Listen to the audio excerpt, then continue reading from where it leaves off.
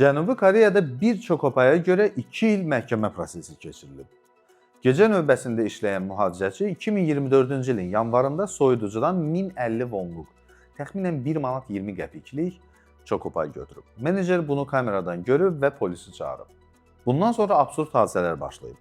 39 əməkdaş etiraf edib ki, bu illərlə edilən adi ofis ənənəsidir. Polis isə işi bağlamayıb. Mühafizəçiyə işdən çıxarılma və 500.000 won, təxminən 570 manatlıq cərimə ittiham edilib. Məhkəmə il yarım davam edib, 2025-ci ilin mayında hakim onu günahkar sayaraq 50.000 won, təxminən 57 manatlıq cərimə kəsib. Sürücü şirkətin şirniyyatını paylamaq səlahiyyətinə malik deyildi. Ölkə ayağa qalxıb. Etirazlar, ictimai qınaq, hakimlərin sorğulanması, nəticədə mühafizəçi müvəqqəti olaraq bəraət alıb və işinə dönə bilib. İndi isə prokurorluq ali məhkəməyə müraciət edib etməməyə qərar verə bilmir.